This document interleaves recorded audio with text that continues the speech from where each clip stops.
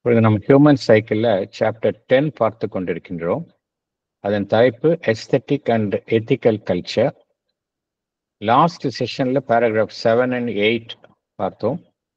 இந்த செஷனில் paragraph 9 and 10, the last 2 paragraphs பார்க்கலாம். என்ன பார்த்தோம் என்பதை சற்று நினைவு கூறலாம்.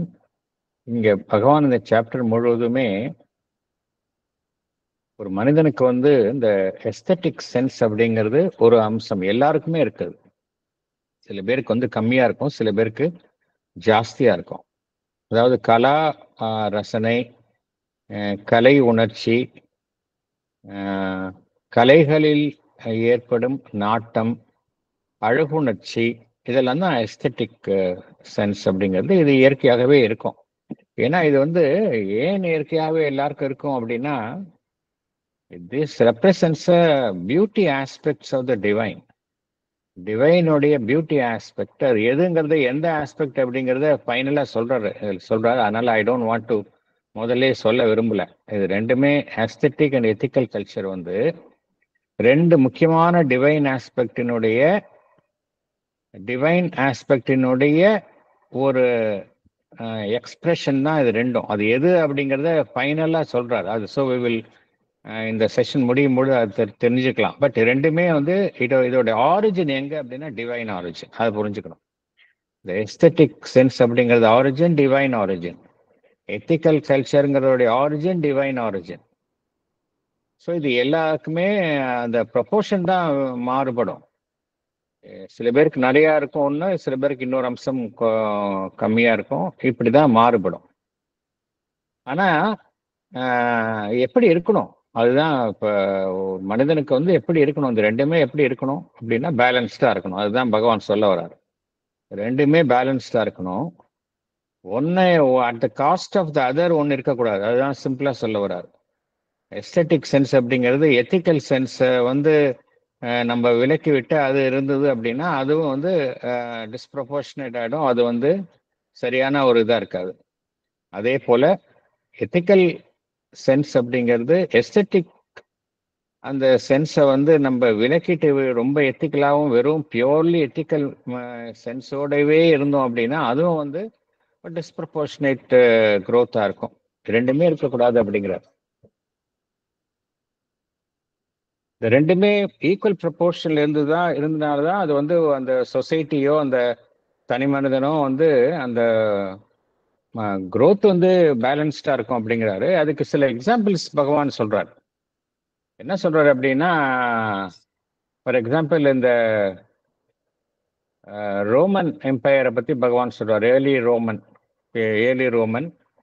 அதே போல இந்த கிரீக்ஸ்ல ஒரு சிட்டி ஸ்டேட் இருக்கு, ஸ்பார்ட்டா அப்படிங்கிறது. அதை பத்தி ஒரு எக்ஸாம்பிள் சொல்றாரு. அவர் அங்கெல்லாம் பார்த்தோம் அப்படின்னா அங்க பியோர்லி அந்த எஸ்தெட்டிக் சென்ஸே இல்லாம இருந்தாங்க, எஸ்தெட்டிக் இம்பல்ஸே இல்லாம இருந்தாங்க. ஆனா அதே சமயம் அதுக்கு பேரலா பக்கத்துல இருந்த அந்த கிரீக் கல்ச்சர்ல எஸ்தெட்டிக் சென்ஸ் இருந்தது. இது ஒரு மாதிரி அதனால என்ன ஆச்சு அப்படின்னா இந்த கம்ப்ளீட்டா அவங்க இந்த டெவலப்மெண்ட் பியோர்லி எத்திக்கல் அந்த ரீதியில தான் அவர்களுடைய டெவலப்மெண்ட் இருந்தது. ஈவன்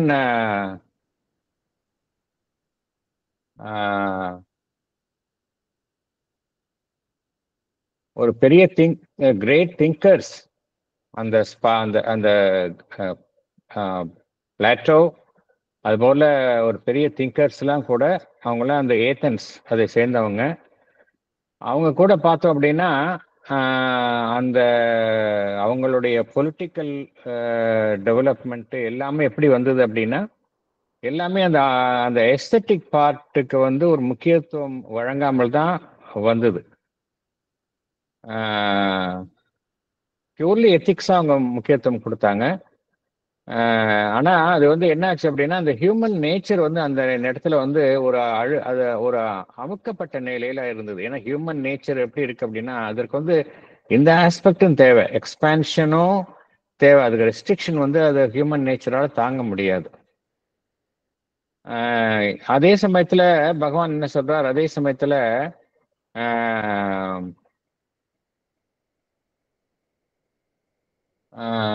ஏன்ஷியன்ட் ஏதன்ஸ்ல எப்படி இருந்தாங்க, கிரீக்ல எப்படி இருந்தாங்க அப்படின்னா ஒன்லி இதுதான், அந்த எஸ்தட்டிக் சென்ஸ்க்கு தான் அவங்க முக்கியத்துவம் கொடுத்தாங்க. ஆர்ட் ரிலேட்டட் ஃபார்ம்ஸு, போயட்ரி, இதுக்கு தான் அவங்க ரொம்ப இம்பார்ட்டன்ஸ் கொடுத்தாங்க. அங்கே வாழ்வை வந்து மகிழ்ச்சியாக வாழ்வது, டிலைட் ஆஃப் லிவிங், அதுதான் அங்கே முக்கியத்துவம் தரப்பட்டது.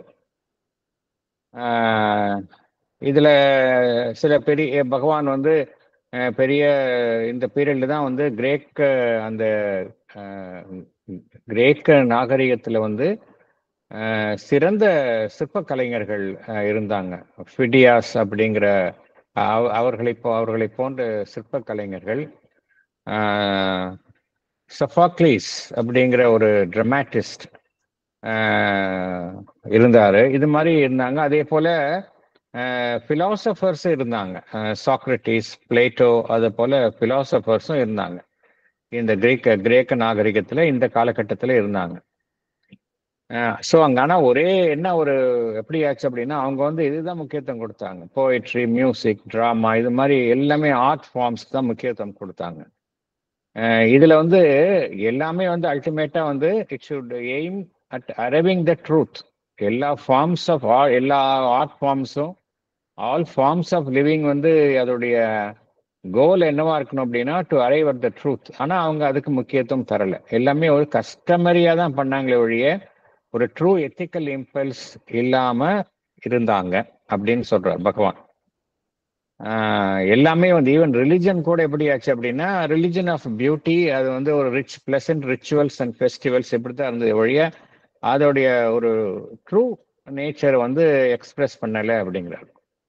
ஆனா இது என்ன ஆயிடுச்சு அப்படின்னா, அவங்களுக்குலாம் அங்க இருக்கிற அந்த நாகரிகத்துல மக்களுக்கு வந்து ஒரு கேரக்டர் அப்படிங்கிறது இல்லாம போயிடுச்சு அப்படிங்கிறார். கேரக்டர் இல்லாமல் போனதுனால அந்த ஏத்தன்ஸ், அந்த கிரேக்க நாகரிகத்தில் வந்து வாழ்வினுடைய அந்த துடிப்பு, வைட்டாலிட்டி வந்து அது இழந்தது அப்படிங்கிறார். இருந்தாலும் அது வந்து காலம் கடந்த பின்பு அந்த உண்மையை அறிய வேண்டும், உண்மையை நாட வேண்டும் என்ற முயற்சியில் ஈடுபட்டாலும் கூட அதனால் அந்த அவ்வளவு எளிதாக அந்த தங்களுடைய அந்த நாகரிகத்தினுடைய அந்த தன்மையை வந்து மாற்றிக்கொள்ள முடியவில்லை அப்படின்னு பகவான் சொல்றார். ஸோ இது ஒரு பக்கம் வந்து ரோம், ஏன்ஷியன்ட் ரோம், அங்க வந்து பியூர்லி எத்திக்கல் இம்பார்ட்டன்ஸ் கொடுத்தாங்க.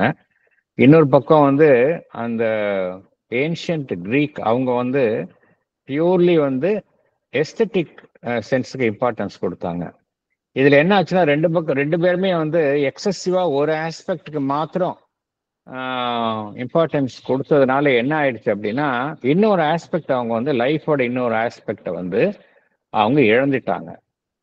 ஓகே, இப்போ வந்து நான் மனிதன் எப்படி இருக்கணும், மனிதனுக்கு வந்து எப்படி இருக்கணும், அவன் வந்து எஸ்தட்டிக்கு எந்த அளவுக்கு முக்கியத்துவம் தரணும், எத்திக்கல் கல்ச்சருக்கு எந்த அளவுக்கு முக்கியத்துவம் தரணும் அப்படிங்கிறத பகவான் இங்கே டிஸ்கிரைப் பண்றார். பேராகிராஃப் 9 and 10ல வந்து என்ன காரணத்தினால இது ரெண்டுமே ஒரு தனி மனிதன் வந்து பேலன்ஸ்டா அப்ரோச் பண்ணணும் அப்படிங்கறத பகவான் வந்து ஃபைனலா கன்க்ளூட் பண்றாரு. அதுக்கு நம்ம உள்ள போலாம், ரொம்ப நல்லா இருக்கு. அதாவது பகவான் சொல்லக்கூடிய கருத்துக்கள் இங்க பார்த்தோம் அப்படின்னா, அது அவ்வளவு எக்ஸாம்பிள் சொன்னாலும் இது வந்து ரொம்ப ஒவ்வொரு மனிதருடைய வாழ்க்கைக்கும், ஒவ்வொரு சமுதாயத்தினுடைய நாகரிகத்தினுடைய சரியான வளர்ச்சிக்கும் ஒரு சரியான ஒரு வழிகாட்டியாக இருக்குது. நம்ம உள்ள போகலாம், பேராகிராஃப் 9க்கு உள்ள போகலாம் நம்ம. The Human Cycle, Chapter 10, Aesthetic and Ethical Culture, Paragraph 9.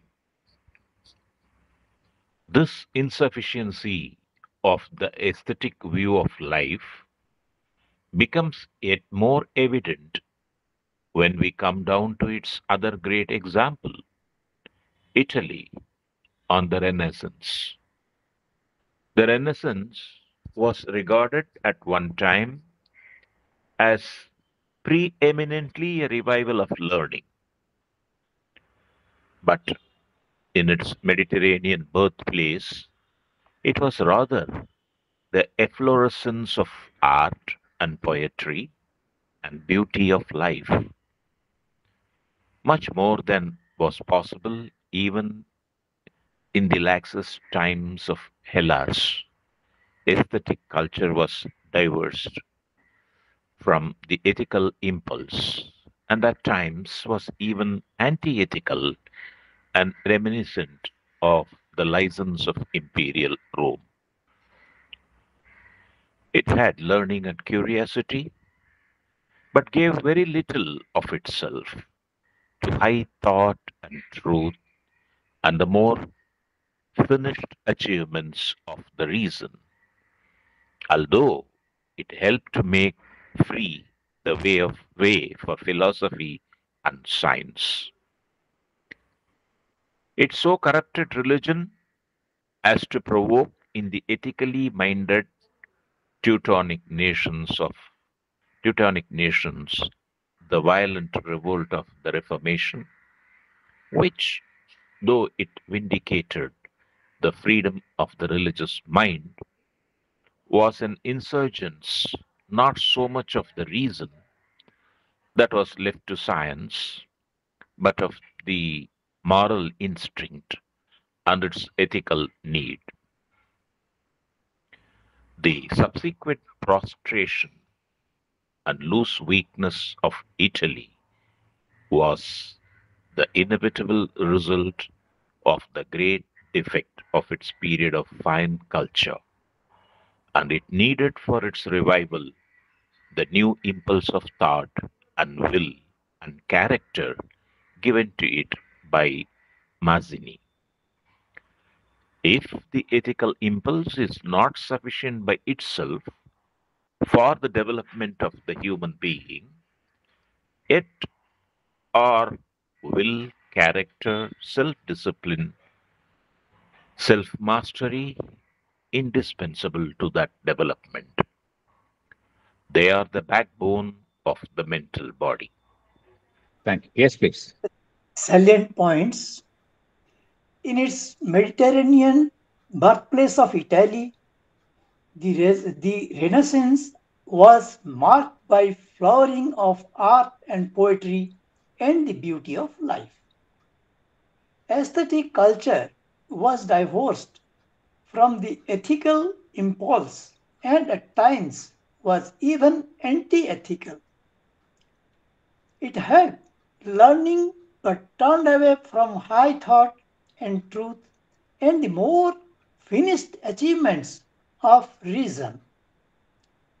It corrupted religion so much that it provoked the ethically minded Teutonic nations, that is, Germanic regions, to cause the violent revolt of the Reformation, that is, a religious, social, and political movement in 16th century Europe that challenged the authority and practices of the Roman Catholic Church, leading to establishment of Protestantism.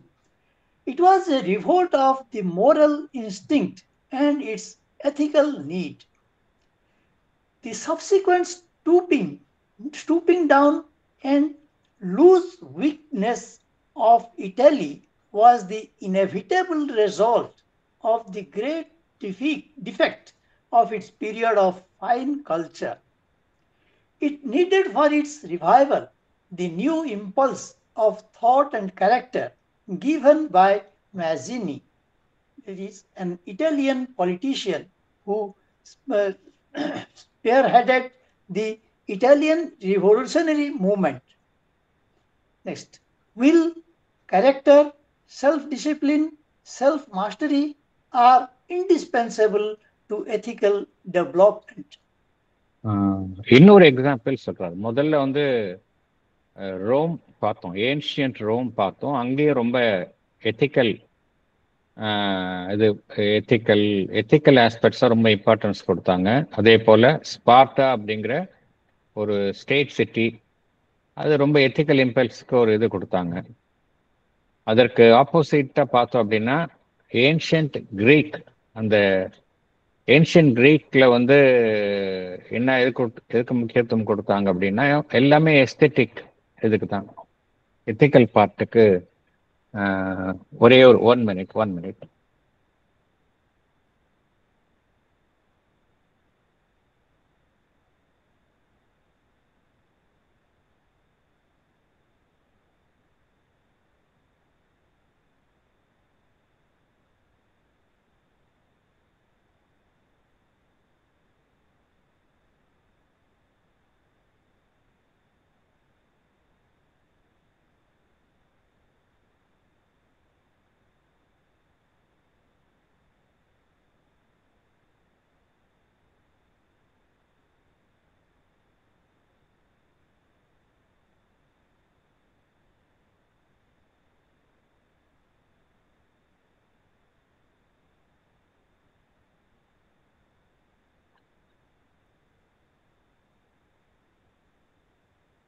இன்னொரு country இட்டலியில இந்த Florence அப்படிங்கிற city தான் வந்து birth place of the renaissance movement. யூரோப்ல வந்து இந்த 15th செஞ்சுரியில ரெனசன்ஸ் moment, அதாவது மறுமலர்ச்சி, நாகரிகத்தினுடைய மறுமலர்ச்சி இயக்கம் அப்படிங்கிற ஒரு இயக்கம் தோன்றியது. அப்போதான் நல்லா revival of art and culture எல்லாமே அங்கே இட்டலியில தான் அந்த சமயத்தில் யூரோப்பில் தோன்றியது.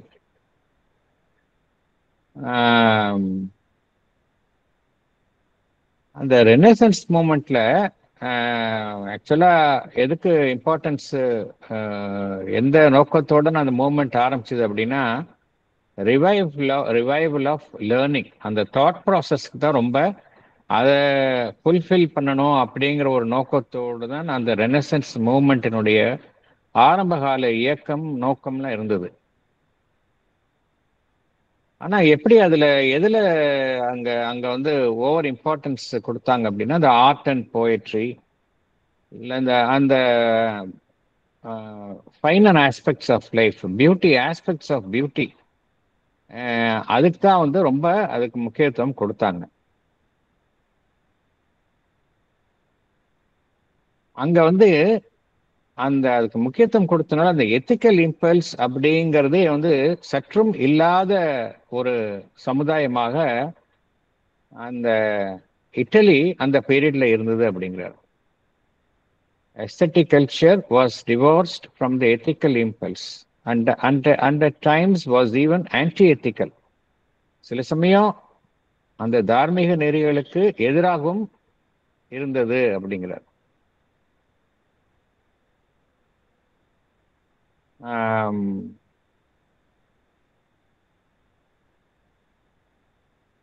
புதிதாக ஒன்றை அறிந்து கொள்ள வேண்டும் என்கின்ற அந்த ஒரு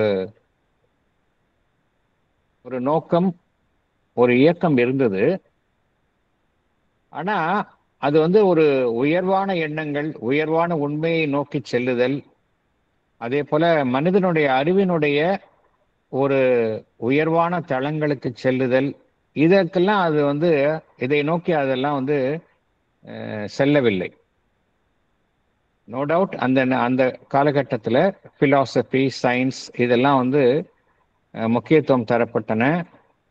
இதெல்லாம் வந்து நல்ல முறையில் வெளிவந்தன. இருந்தாலும் வந்து பார்த்தோம் அப்படின்னா ரீசனுடைய ஹையஸ்ட் லெவலுக்கு வந்து போகலை, எட்டலை அப்படிங்கிறார். ரீசனுடைய ஹையஸ்ட் லெவல் ட்ரூத், எல்லாத்திலையும் பின்னாடி இருக்கிற ட்ரூத்தை கண்டுபிடிக்கணும் அப்படிங்கிற ஒரு நோக்கம், இதெல்லாம் நிறைவேறவில்லை அந்த சமுதாயத்தில் அப்படிங்கிறார். ஈவன் ரிலிஜன் கூட பார்த்தோம் அப்படின்னா இட் வாஸ் சோ கரப்டட் அப்படிங்கிறார். ரிலிஜனும் பார்த்தோம் அப்படின்னா இட் வாஸ் சோ கரப்டட். அதனால தான் அது என்ன செய்தது, அதனுடைய இன்ஃப்ளூயன்ஸ்னால ஜெர்மானிக் நேஷன்ஸ் அவங்க வந்து அந்த ஒரு புரட்சிகரமான ஒரு கிளர்ச்சியை வந்து அங்கிருந்து அவர்கள் ஆரம்பித்தார்கள். அது வந்து மூவ்மெண்ட் ஆஃப் ரிஃபார்மேஷன்னு, அதாவது சீர்திருத்த இயக்கம் அப்படிங்கிற அந்த ஒரு அம்சத்துடன் அந்த இயக்கம் வந்து அந்த பகுதியில் இருந்து தோன்றியது. எதை நோக்கி சீர்திருத்தம், ரிஃபார்மேஷன் எதை நோக்கி சீர்திருத்தம் அப்படின்னா, அந்த காலகட்டத்தில் வந்து அந்த ரோமன் கேத்தலிக் சர்ச் அதனுடைய ஆதிக்கம் வந்து வெகுவாக ஐரோப்பில் இருந்தது. இதை பற்றி நிறைய படிச்சிருக்கோம். எப்படி அந்த கன்வென்ஷனல் சொசைட்டி வந்து எப்படி அதுக்கு அடுத்த இதுக்கு போகுது அப்படிங்கிறத. அப்போ எப்படி அந்த சர்ச்சினுடைய ஆதிக்கம், அது சம்பந்தம், அதனுடைய விதிகள், இதற்கு எதிராக வந்து மக்கள் வந்து வெகுண்டெழுந்தார்கள் அப்படிங்கிறத பார்க்குறோம். இந்த இயக்கம் தோன்றியது. இதுக்கு காரணம் பார்த்தீங்கன்னா ஒரு காரணம் அந்த அந்த அந்த மைண்டை வந்து கரப்ட் பண்ணிடுச்சு அப்படிங்கிறாங்க. இந்த இட்டாலியில இருக்கக்கூடிய அந்த சமுதாயத்தினுடைய அந்த அந்த அந்த ஒரு போக்கு வந்து மற்ற ஐரோப்பிய நாடுகளில் இருக்கக்கூடிய மக்களுடைய மனதை வந்து அது வந்து கரப்ட் செய்து விட்டது. அதனால தான் வந்து அந்த கிளர்ச்சி இத்தகைய இயக்கங்கள்லாம் வந்து தோன்றின அப்படின்னு பகவான் குறிப்பிடுகின்றார். அதாவது ஒன்றுக்கு எதிராக கிளர்ச்சி புரிதல் இப்படிங்கிற இயக்கம் வந்து தோன்றியது அப்படிங்கிறார்.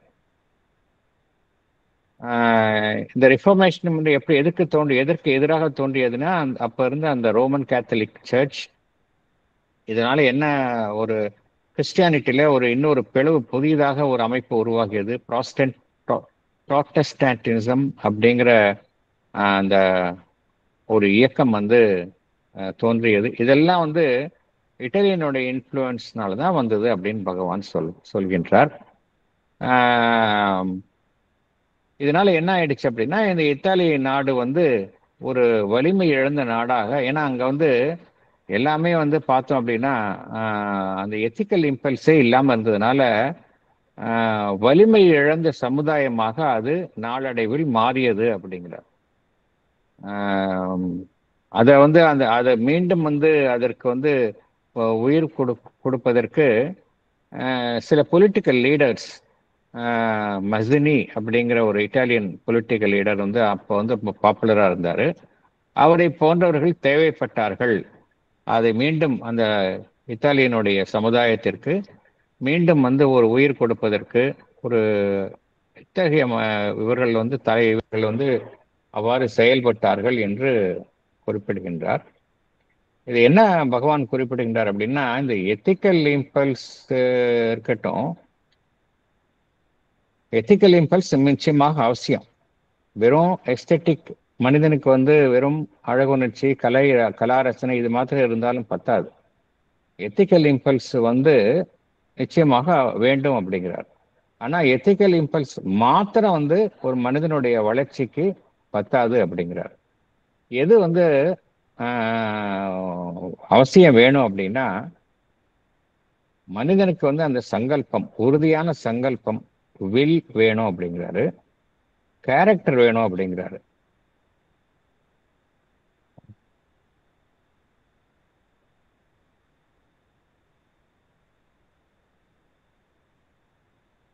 செல்ஃப் டிசிப்ளின், சுய கட்டுப்பாடு வேணும் அப்படிங்கிறாரு. செல்ஃப் மாஸ்டரி, சுய ஆளுமை வேணுங்கிறாரு.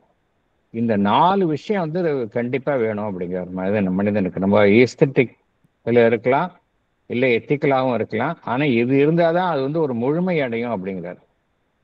மனிதனுடைய ஒரு வலுவான முதுகெலும்பாக செயல்படுவது எது அப்படின்னா, நம்பர் 1 சங்கல்பம், உறுதியான எடுத்த காரியத்துல முடிக்கணும் அப்படிங்கிற ஒரு சங்கல்பம் தேவை. கேரக்டர் தேவை. ஒரு சிறந்த ஒரு மனிதனுக்கு வந்து அவனுக்கு ஒரு நல்ல கேரக்டர் தேவை. சுய கட்டுப்பாடு தேவை, செல்ஃப் டிசிப்ளின் தேவை, செல்ஃப் மாஸ்டரி, தன் மீது அவனுக்கு ஒரு ஆளுமை தேவை. இதெல்லாம் தவிர்க்க முடியாது அப்படிங்கிறது. அப்பதான் வந்து ஒரு மனிதன் வந்து முழுமையாக வளர்ச்சி அடைய முடியும் என்று பகவான் குறிப்பிடுகின்றார். இறுதியாக வந்து பகவான் எப்படி இருக்கணும் ஒரு சமுதாயம் அப்படிங்கிறத பகவான் வந்து டிஃபைன் பண்றார். எப்படி ஒரு சமுதாயம் இருக்கணும், அதுக்கு காரணம் ஏன் அப்படின்னா, பகவான் வந்து ஒரு டிவைன் ரீசன் இருக்கு.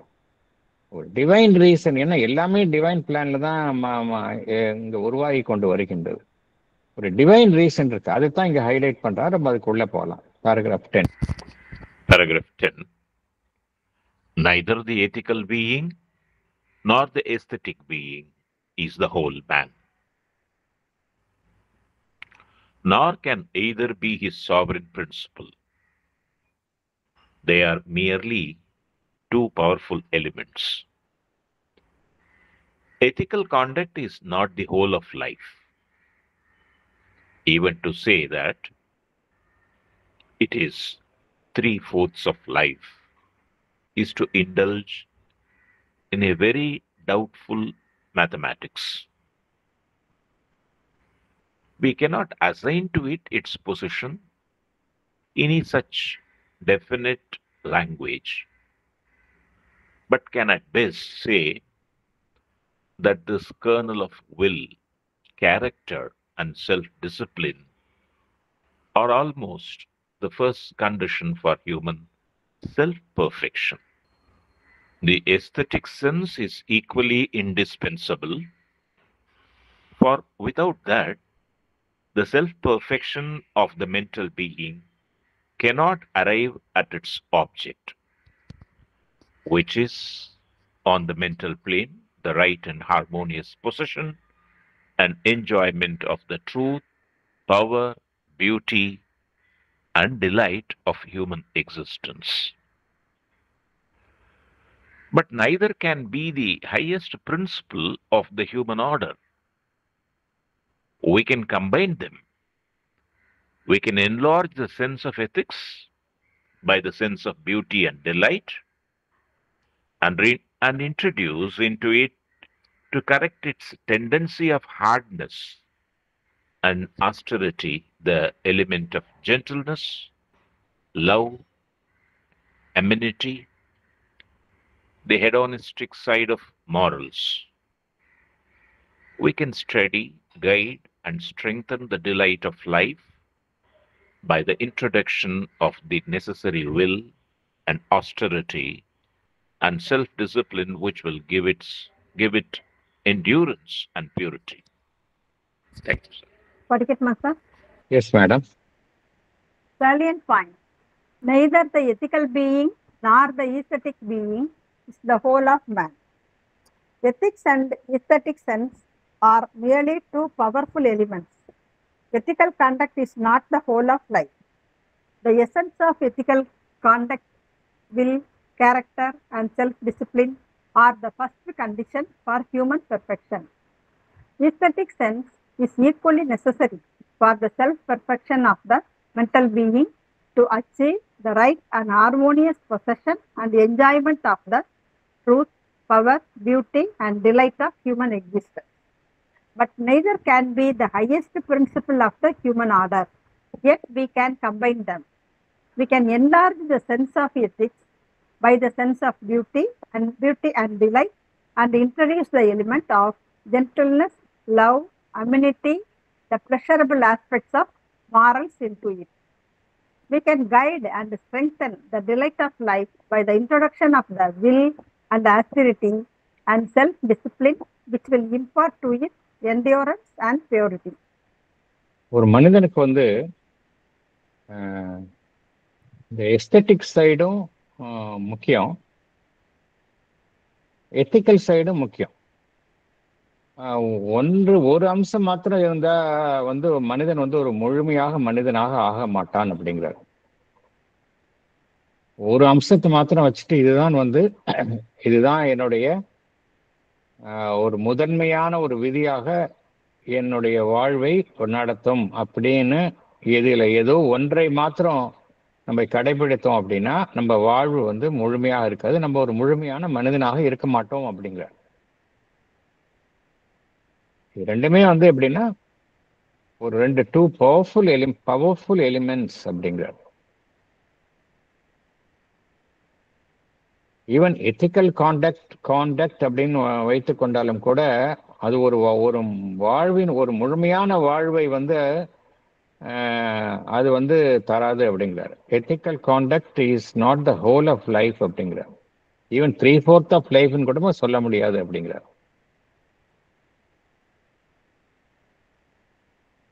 அப்படிப்பட்ட ஒரு அதாவது நான் நிறைய பேர் தப்பா புரிஞ்சுக்கிறாங்க. அதாவது இந்த எத்திக்ஸ் அப்படிங்கிற பேர்ல ஒரு வரட்டுத்தனமா இருக்கிறது, பிடிவாதமா இருக்கிறது,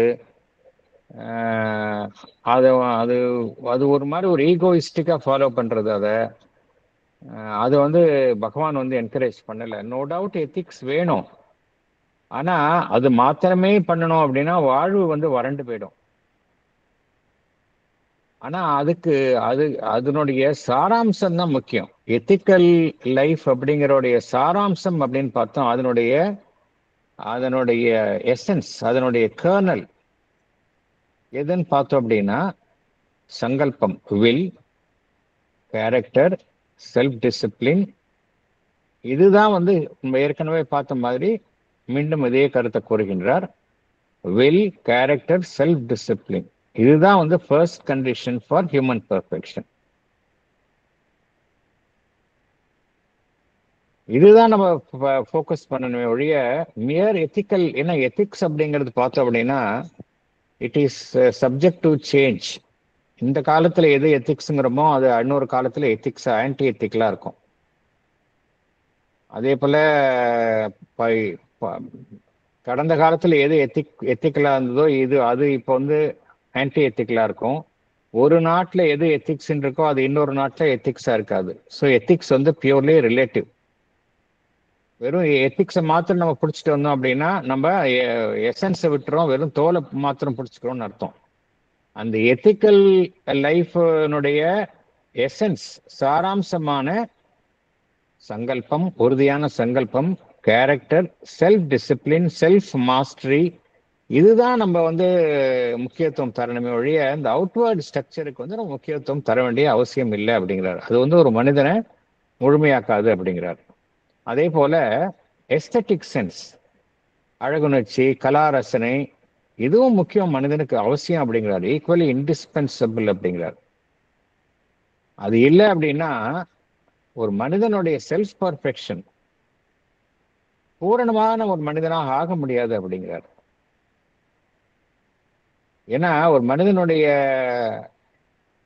மனிதன் தன்னை ஒரு முழு மனிதனாக ஆகுவதில் எது வந்து நம்ம வந்து ஒரு இலக்காக நம்ம கருதுகின்றோம் என்றால் எல்லாத்தையுமே நம்ம வந்து சரியான முறையில ஒரு ஒத்திசைவுடன் நம்ம அனைத்தையுமே நம்ம வந்து வாழ்வில் ஏற்றுக்கொண்டு வாழுதல், அதுதான் வந்து ஒரு இலக்கு. ஏன்னா இந்த எஸ்தட்டிக் சென்ஸ் எதுக்காக அப்படின்னா எல்லாத்தையுமே வந்து நம்ம வந்து சரியான ஒரு ப்ரொபோர்ஷன்ல ஒரு ஒத்திசைவோட நம்ம ஏற்றுக்கொண்டு அதன் மூலமாக உண்மை, சக்தி, அழகு, இதெல்லாம் divine aspects and delight of human existence, வாழ்வினுடைய ஆனந்தத்தை நாம் அடைதல், இதுதான் இலக்கு. இதெல்லாம் அடையணும் அப்படின்னா ஒரு மனிதனுக்கு வந்து அந்த எஸ்தட்டிக் சென்ஸ் அப்படிங்கிறது ரொம்ப ரொம்ப அவசியம். ஆனா ஒன்றை மாத்திரம் எடுத்துக்கொண்டு அதுதான் வந்து ஒரு உயர்வான விதி அப்படின்னு சொல்றது வந்து சரியில்லை அப்படிங்கிறார். Neither can be the highest principle of the human order அப்படிங்கிறார். நம்ம இது ரெண்டையும் வந்து நம்ம வந்து இணைத்து தான் நம்ம வந்து செயல்பட வேண்டுமே ஒழிய ஒன்றை விலக்கி ஒன்றுக்கு மாத்திரம் அதிக முக்கியத்துவம் கொடுத்து ஒரு மனிதன் செயல்பட முடியாது அப்படிங்கிறார்.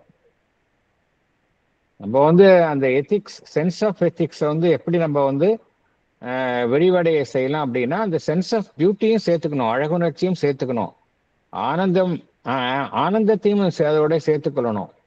அதே போல அந்த வெறும் நம்ம அந்த எத்திக்கல் பிரின்சிபிள், வெறும் தார்மீக நெறிகள் அப்படிங்கிற ஒரு வறண்ட ஒரு போக்கினை வந்து நம்ம அனுசரிக்காம அதுல வந்து ஒரு மென்மைத்தன்மையை நம்ம புகுத்தணும்.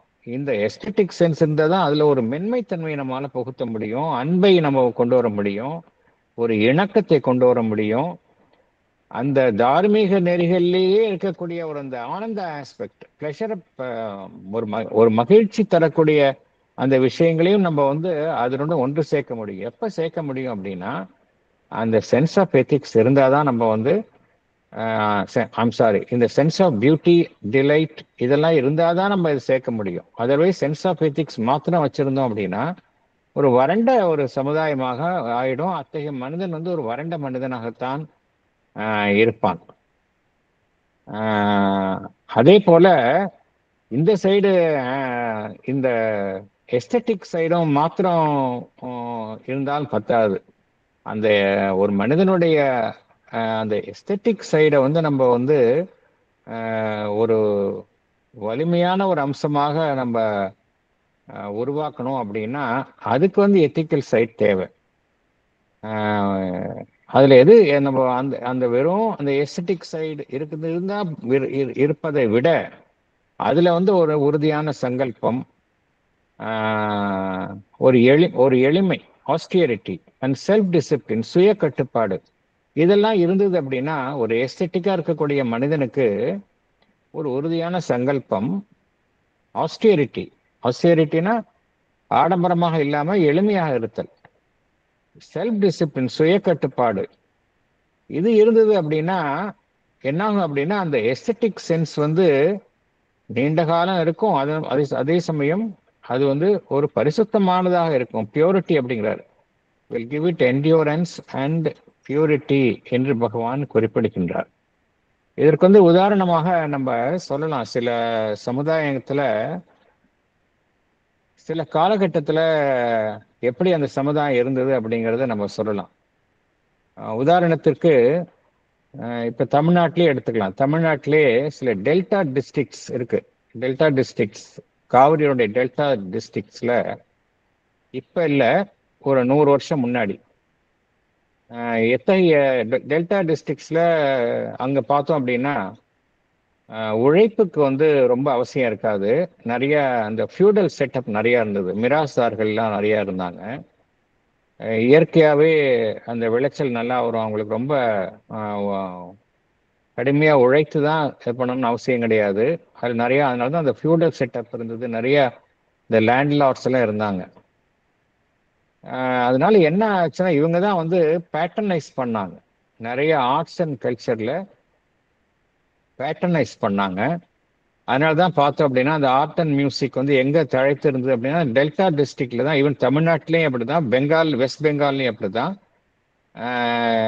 ஆந்திர பிரதேஷ்லையும் அப்படி தான். எங்கெல்லாம் வந்து அந்த டெல்டா டிஸ்ட்ரிக்ட்ஸ் இருந்ததோ அங்கெல்லாம் வந்து அங்கே பொருளாதாரத்தில் நெருக்கடி இல்லாதனால மனிதர்கள் வந்து இந்த ஹையர் ஆஸ்பெக்ட்ஸுக்கு அவங்க முக்கியத்துவம் கொடுத்தாங்க. அதே சமயம் அங்கே அந்த லேண்ட்லார்ட்ஸ், வசதியானவங்க தான் ஆர்ட்ஸ் அண்ட் கல்ச்சரை வந்து பேட்டர்னைஸ் பண்ணாங்க. இதில் என்ன ஆயிடுச்சு அப்படின்னா நிறைய குடும்பங்களில் வந்து இதெல்லாம் நீங்கள் அந்த அந்த காலத்தை ஒட்டிய வந்த இலக்கியங்கள் இதெல்லாம் படித்தோன்னா நம்ம அறிந்து கொள்ளலாம். நிறைய பேர் வந்து அந்த கலை, எஸ்பெஷலி இந்த நாட்டியம் இதெல்லாம் வந்து நிறைய அவங்க ஆதரிச்சாங்க. இதில் நிறைய பேர் என்ன பண்ணாங்க, இந்த ஸ்ட்ரென்த் ஆஃப் கேரக்டர் இல்லாததுனால இதுலேயே அவங்க வந்து ரொம்ப மூழ்கிட்டாங்க. அவங்க அந்த கேரக்டர் இல்லாமல் போயிடுச்சு. ஒரு வேவர்ட் லைஃப், வாழ்வை வந்து எப்படி வேணாலும் வாழலாம் அப்படிங்கிற ஒரு வாழ்வை எல்லாம் வாழ ஆரம்பிச்சாங்க. அதனால நிறைய குடும்பங்கள் வந்து செல்வத்தை இழந்தன. இது டெல்டா டிஸ்ட்ரிக்ட்ஸில் நடந்த ஒரு இயல்பான விஷயமாக ஒரு 100 வருஷங்களுக்கு முன்னாடி இருந்தது. அப்புறம் லேட்டர் பீரியட்ல லைஃபனுடைய நிர்பந்தம் மாற மாற அவங்களும் மாறிட்டாங்க. இப்போ இந்த ஃபியூடல் சிஸ்டம் இருந்தது, ஆனால் அதே சமயம் அவங்க தான் வந்து ஆதரிச்சாங்க. ஆர்ட் அண்ட் ஆர்ட் ஃபார்ம்ஸு எல்லாத்தையும் அவங்க தான் ஆரம்பிச்சாங்க. மியூசிக்லாம் எல்லாம் அவங்க தான் ஆரம்பிச்சாங்க. ஆனால் என்ன ஆயிடுச்சு அப்படின்னா அவங்க ஒரேடியாக அதுக்கு இருந்ததுனால லைஃப் வந்து ரொம்ப ஈஸியாக எடுத்துக்கிட்டாங்க. லைஃப்ல வந்து கேரக்டர் இல்லாமல் போயிடுச்சு. அவங்களுக்கு நிறைய செல்வத்தை இழந்தாங்க. இது மாதிரி ஒரு வேவர்ட் லைஃப், இஷ்டம் போட மனம் போல வாழ்க்கையை வாழ்ந்து அவங்க இழந்துட்டாங்க. அது என்ன காரணம் அப்படின்னா பியூர்லி எஸ்தெட்டிக் சைடு தான். மற்றபடி பகவான் சொல்லக்கூடிய அந்த எத்திக்கல் சைடில் இருக்கக்கூடிய அந்த வில், செல்ஃப் டிசிப்ளின், கேரக்டர் இல்லாதனால தான் அது மாதிரி இருந்தாங்க. இது வந்து எல்லா ஸ்டேட்லேயும் பார்க்கலாம். எங்கெல்லாம் வந்து நாகரிகம் வந்து அந்த அதாவது அப்போ எக்கனாமிக்கலாக நல்லா வெல்டுவா இருக்கிற அந்த அந்த ஒரு ஜியாகிரபிக்கல் ஏரியாஸை பார்த்தோம் அப்படின்னா இப்போ அந்த பேட்டர்ன் மாறிடுச்சு. That's a different issue. ஆனால் எங்கெல்லாம் அந்த அந்த ரீஜனில் பார்த்தோம் அப்படின்னா அங்கே இருக்கிற மக்கள் வந்து ஒரு சாராரை வந்து ரொம்ப அவங்க தான் ஆர்ட் அண்ட் ஆர்ட் ஃபார்ம்ஸை வந்து பேட்டர்னைஸ் பண்ணாங்க. அதே சமயம் அதிலேயே தன்னை இழந்தார்கள். நிறைய குடும்பங்கள் செல்வத்தை இழந்தன. இது நம்ம நிறைய பார்க்கலாம். நம்மளே கேள்விப்படலாம். என்ன காரணம் அப்படின்னா, அது ஒரு ஆஸ்பெக்ட்டுக்கு மாத்திரம் முக்கியத்துவம் தர்றது, இன்னொரு ஆஸ்பெக்ட்டுக்கு வந்து முக்கியத்துவம் தராமல் இருக்கிறது. அதே சமயம் இன்னொரு பக்கமும் பார்க்கலாம். எந்தெந்த ஜியோகிராபிக்கல் ஏரியால வெறும் கடுமையான உழைப்பு, அங்க வந்து பாத்தீங்கன்னா தண்ணி வசதி இருக்காது. உழைத்து தான் அவங்க வந்து முன்னேறணும். வெறும் உழைக்கணும் அப்படிங்கிற போது அவங்களுக்கு வந்து டிசிப்ளின் தேவைப்படுது. நிறைய சட்டத்திட்டங்கள் வச்சிருப்பாங்க. இந்த சைடுக்கு எஸ்தெட்டிக் சைடுக்கு வந்து அவங்க வந்து முக்கியத்துவம் தரமாட்டாங்க. இதுக்கு தான் நிறைய ஃபேமிலி விதிகள் இது இருக்கும். ஆனா இந்த சைடுக்கு முக்கியத்துவம் தர மாட்டாங்க அவங்க. இது அதுல என்ன ஆகும்னா ரொம்ப எக்ஸ்ட்ரீம் சைடு, இது ஒரு எக்ஸ்ட்ரீம் சைடு. எதெல்லாம் வந்து ஆர்ட் ரிலேட்டடா இருக்கோ அதெல்லாம் வந்து விளக்க வேண்டியவை, இதெல்லாம் நம்மளுக்கு ஒத்து வராது அப்படிங்கிற ஒரு எக்ஸ்ட்ரீம் ஸ்டெப் எடுத்துட்டு போறது. இது வந்து நம்ம எல்லா சமுதாயத்திலையும் பார்க்குறோம், எல்லா மனிதர்கள்ட்டையும் பார்க்கலாம். ஆனா அது தவறு அப்படிங்கிறாரு. நம்ம ரெண்டையுமே பேலன்ஸ்டா எடுத்துட்டு போகணும். என்ன காரணம்னா ரெண்டுமே வந்து டிவைன் ஆஸ்பெக்ட்ஸ் அப்படிங்கிறாரு. ஃபைனலா பகவானுடைய ஃபைனல் போர்ஷன் படிச்சு பார்த்தோம் அப்படின்னா நம்ம புரிஞ்சுக்கலாம், அதோடைய காரணத்தை நம்ம புரிஞ்சுக்கலாம். These two powers of our psychological being, which represent in us the essential principle of energy and the essential principle of delight. The Indian terms are more profound and expressive, tapas and ananda. இங்க பகவான் ஒரு footnote கொடுத்திருக்காரு, அதை பார்த்துடுவோம்.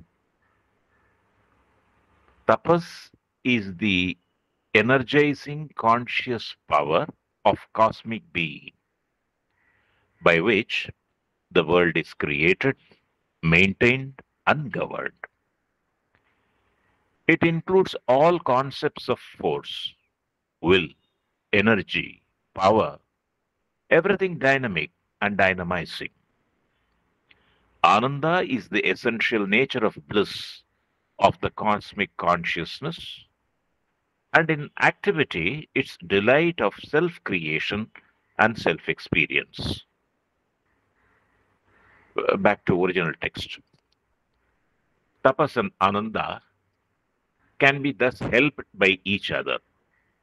The one to a richer, the other to a greater self-expression. But that even this much reconciliation may come about, they must be taken up and enlightened by a higher principle, which must be capable of understanding and comprehending both equally, and of disengaging and combining disinterestedly their purpose and potentialities. That higher principle seems to be provided for us by the human faculty of reason and intelligent will. Our crowning capacity, it would seem to be, by right, the crowned sovereign of our nature. Thank you, sir. Salient points: ethical sense and aesthetic sense, the two powers of our psychological being, represent in us the essential principle of energy and the essential principle of delight. They are tapas and ananda, helped by each other to a richer and greater self-expression. Once reconciled, these two powers must be taken up and enlightened by a higher principle. This higher principle must be capable of understanding and comprehending both equally. It must be capable of disengaging and combining disinterestedly their purposes and potentialities. This higher principle is provided by the human faculty of reason and intelligent will. This human faculty of reason and will would seem to be by right the crowned ruler of our nature. Thank you. So பகவான் அடுத்த சாப்டர்னுடைய ஒரு பிகினிங்கை இங்கே ஆரம்பிச்சிடுறாரு.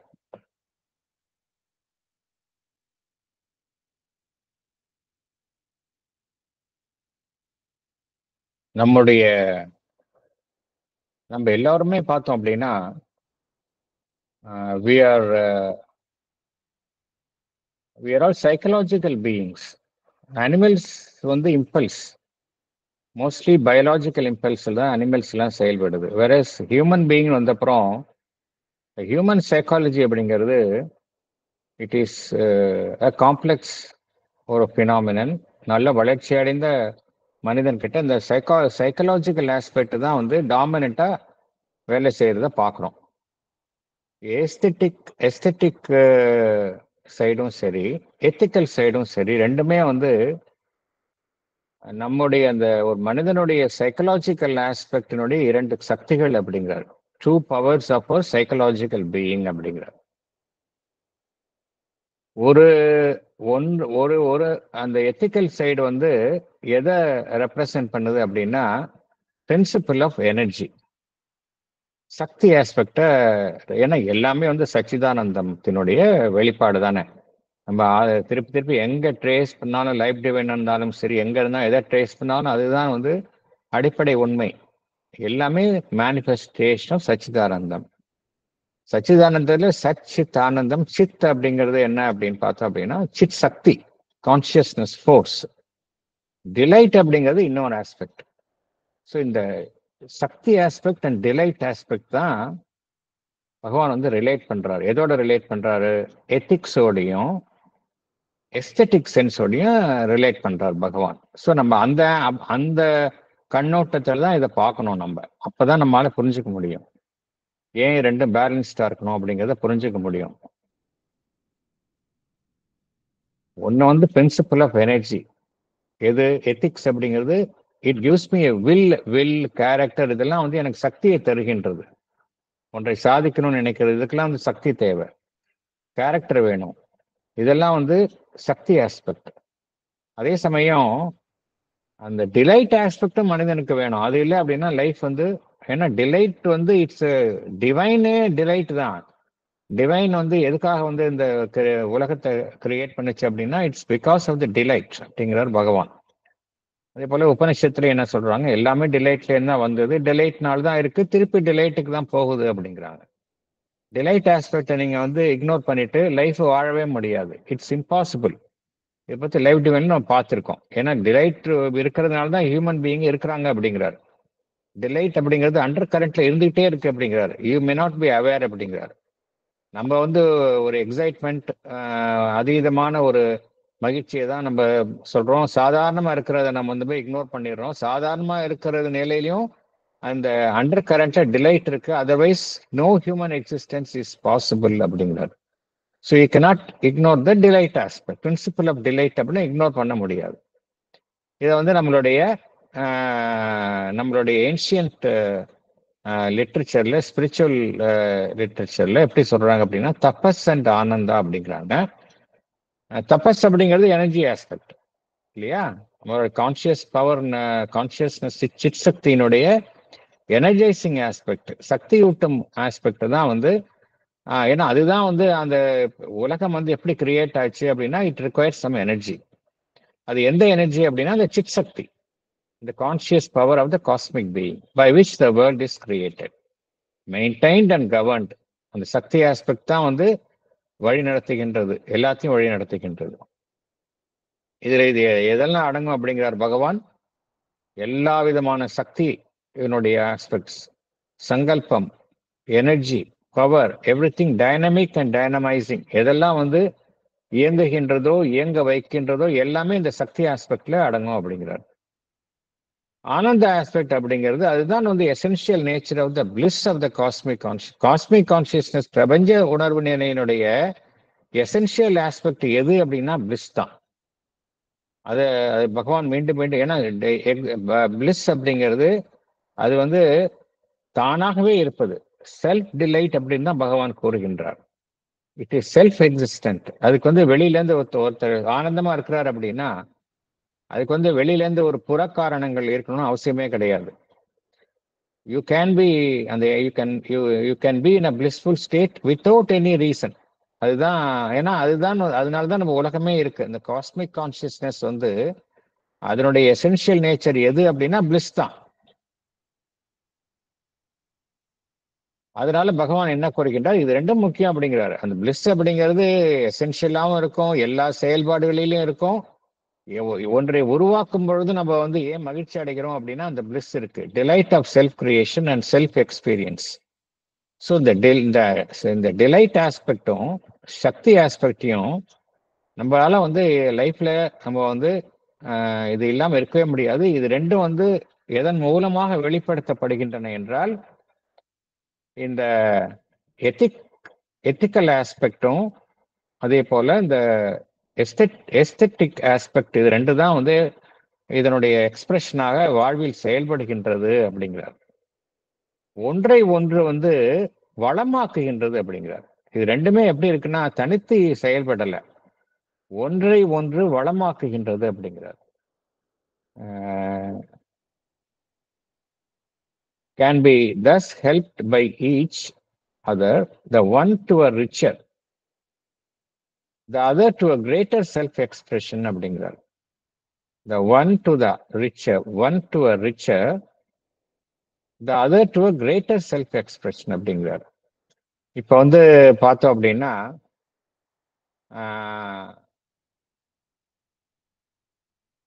ஒருத்தருக்கு வந்து aesthetic sense இருக்கு அப்படின்னா அவருக்கு வந்து இந்த வில் பவரும் நல்ல மனோதிடமும் இருந்தது அப்படின்னா அவருடைய அந்த எஸ்தெட்டிக் எக்ஸ்பிரஷன் கூட நன்றாக இருக்கும், சிறப்பாக இருக்கும். அதே போல எத்திக்கல் சென்ஸ் இருக்கிறவருக்கு எஸ்தெட்டிக் சென்ஸ் இருந்தது அப்படின்னா அந்த எத்திக்கல் சென்ஸ் வந்து நன்றாக அதனுடைய வெளிப்பாடும் நன்றாக உயரிய நிலையில வெளிப்படும் அப்படிங்கிறார். இதுல வந்து ஒரு ஒத்திசைவை நம்ம உண்டாக்க முடியும் அப்படிங்கிறார். ஆனால் இது மாத்திரம் பத்தாது அப்படிங்கிறார்.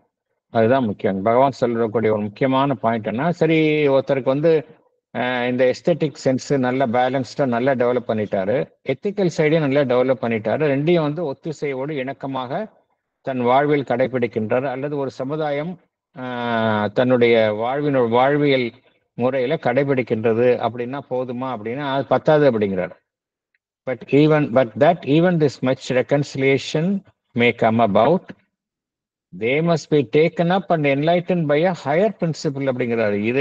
இது வந்து இணக்கமாக செயல்பட்டாலும் பத்தாது, வேறொரு உயர் விதியினால் இது வந்து வழிநடத்தப்பட வேண்டும், ஒளியூட்டப்பட வேண்டும் அப்படிங்கிறார். உயர் விதி அப்படிங்கிறார், ஹையர் பிரின்சிபல் அப்படிங்கிறார். அந்த ஹையர் பிரின்சிபல் எப்படி இருக்கணும் அப்படிங்கிறாரு, இது ரெண்டுமே வந்து சரியான முறையில அணுக வேண்டும், புரிந்து கொள்ள வேண்டும். which must be capable of understanding and comprehending. சரியான முறையில நம்ம வந்து அதை உள் வாங்கி கொண்டு செயல்படக்கூடிய ஒரு உயர் விதியாக இருக்கணும். சமமாக both equally and of disengaging and combining disinterestedly. அதாவது ஒன்றுடன் ஒன்று கலக்காமலும் அதே சமயத்துல ஒன்றுடன் ஒன்று சிறப்பாக ஆதரவுடன் செயல்படும்படியும் அந்த உயர் விதி செயல்பட வேண்டும் அப்படிங்கிறார். Combining disinterestedly their purposes and potentialities அப்படிங்கிறார். ஒன்று வந்து எப்படின்னா comprehending both equally and of disengaging and combining disinterestedly their purposes and potentialities. ஏன்னா ஒன்றுக்கும் ஒரு பர்பஸ் இருக்கு, ஒன்றுக்கும் ஒரு பொட்டென்ஷியாலிட்டி இருக்கு. ஒன்னோட ஒன்று மிக்ஸ் பண்ணாம அதே சமயம் ஒன்றிணைந்து செயல்படக்கூடிய ஒரு உயர் விதியின்படி இது ரெண்டுமே வழிநடத்தப்பட வேண்டும் அப்படிங்கிறார். அது என்ன உயர் விதி அப்படின்னா மனிதனுடைய அந்த அறிவு, சிந்திக்கும் அந்த புத்தி, reason, faculty of reason and intelligent will அப்படிங்கிறார். இது இருந்தாதான் வந்து இதுதான் வந்து ஒரு கவர்னிங் பிரின்சிபலா இருக்கணும், எஜமானனாக இருக்கணும் அப்படிங்கிறார். வெறும் எஸ்தெட்டிக் சைடு மாத்திரம் இருந்தா பத்தாது, வெறும் எத்திக்ஸ் மாத்திரம் இருந்தாலும் பத்தாது. இதுக்கு மேல வந்து ஒரு ஒரு அரசன் மாதிரி, ஒரு கிங் மாதிரி இருந்து யார் இதை ரூல் பண்ணணும் அப்படின்னா human faculty of reason and intelligent will அப்படிங்கிறார். இது இருந்தாதான் சரிப்பட்டு வரும், இல்லாட்டி இது வந்து சரியா வராது அப்படிங்கிறார். ஒரு மனிதனுடைய வாழ்வை வந்து சரியான வழி நடத்தணும்னா எது வந்து ஒரு உயர்வான பொசிஷன்ல இருந்து வழி நடத்தணும் அப்படின்னா இந்த human faculty of reason and intelligent will அப்படிங்கிறார். நம்ம எப்ப வந்து அந்த ரீசனை வந்து நம்மளுடைய உயர் பீடத்துல வச்சு நம்ம வந்து அதுக்கு முடிசூட்டி அது நம்மை வழிநடத்த நம்ம வந்து அனுமதிக்கிறோமோ, அப்பதான் வந்து நம்மளுடைய திறமைகள் எல்லாமே வந்து ஒரு உச்ச நிலையிலிருந்து செயல்படும் அப்படிங்கிறார். ஒரு மனிதனுக்கு வந்து எத்திக்கல் ரீசனிங், எத்திக்கல் சைட்ல நல்லா டெவலப் ஆயிருக்கலாம், எஸ்தெட்டிக் சைட்லயும் டெவலப் ஆகிருக்கலாம். ஆனா இது ரெண்டுமே வந்து ஒரு சிறப்பான முறையில செயல்படணும் அப்படின்னா அந்த மனிதன் இதற்கெல்லாம் மேலான ஒரு உயர் விதி அது எது அப்படின்னா இந்த ஹியூமன் ரீசன், இன்டெலிஜென்ட் வில், அதை வந்து அவன் அதை எல்லாத்துக்கும் மேல வச்சு உயர் பீடத்துல வச்சு அரியணையில வச்சு அதற்கு கீழே இது ரெண்டையும் செயல்பட வச்சோம் அப்படின்னா தான் இது ரெண்டுமே வந்து பெஸ்டா செயல்படும் அப்படிங்கிறார். our crowning capacity, it would seem to be by right the crowned, our crowning capacity, it would seem to be by right the crowned sovereign of our nature அப்படிங்கிறார். எது நம்ம கிரவுண்ட் சாவரின் ஆஃப் சாவரின்னா எதை நம்ம வந்து ஒரு அரசன் மாதிரி நம்மளுடைய நமக்கு எல்லா மேலான நிலையில வைக்கணும் அப்படின்னா நம்மளுடைய ரீசனையும் இன்டெலிஜென்ட் வெளியும் வச்சாதான் நமக்கு வந்து எல்லாம் நமக்கு இருக்கிற எல்லாமே வந்து சிறப்பாக செயல்பட முடியும் அப்படின்னு பகவான் கூறுகின்றார். இதை ஒட்டி தான் ரொம்ப ஒரு அற்புதமான சாப்டர், அடுத்த சாப்டர் ரொம்ப பியூட்டிஃபுல்லா இருக்கும். அது வந்து the reason as governor of life அப்படிங்கிறார். The reason as governor of life. பொதுவா என்ன சொல்லுவோம், நம்ம ஆன்மீகத்துல வந்தப்புறம் நம்ம அறிவை வந்து புறக்கணிக்கணும், எல்லாமே வந்து எப்போ அறிவுக்கு முக்கியத்துவம் கொடுக்கக்கூடாது அப்படின்னா நம்ம ஒரு பொதுவான ஒரு கருத்து இருக்கு. அதாவது அறிவை எந்த அளவுக்கு ஏற்றுக்கொள்வது அப்படிங்கெல்லாம் நிறைய கொஸ்டின்ஸ் எல்லாம் வரும். அதற்கெல்லாம் பதிலளிக்கின்றார். மதர் என்ன ரொம்ப கிளியரா சொல்றாங்க அப்படின்னா, ரீசன் அப்படிங்கிறது மனிதனுக்கு வழங்கப்பட்டுள்ள ஒரு மிக பெரும் மாபெரும் ஒரு கொடை. அதை வந்து நீங்க நிராகரிக்கவே கூடாது அப்படிங்கிறாங்க. ரீசனிங் கெப்பாசிட்டி அப்படிங்கிறது மனுஷனுக்கு தான் கொடுத்துருக்காங்க, அது விலங்குகளுக்கு இல்லை. அப்படின்னா அதுக்கு ஏதோ ஒரு இம்பார்ட்டன்ஸ் இருக்கு. அதை நம்ம வந்து சரியான முறையில பயன்படுத்தி வாழ்க்கையை நடத்துங்க அப்படிங்கிறாங்க.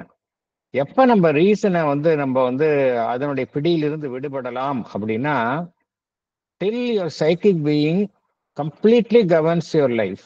நம்மளுடைய சைக்கிக் பீயிங் வந்து முழுவதுமாக நம்மளுடைய வாழ்வை வந்து வழிநடத்தும் வரையில் உங்க ரீசனை வந்து கைவிடாதீங்க அப்படின்னு மதர் வந்து எச்சரிக்கை கொடுக்குறாங்க. ஏன்னா நிறைய பேர் இந்த ஆன்மீகங்கிற பெயர்ல உள்ள வந்தோடனே தவறான ஆலோசனைகள், தவறான ஒரு சஜஷன்ஸ்ல போய் அவங்க வந்து வழி தடம் மாறி போகின்றார்கள்.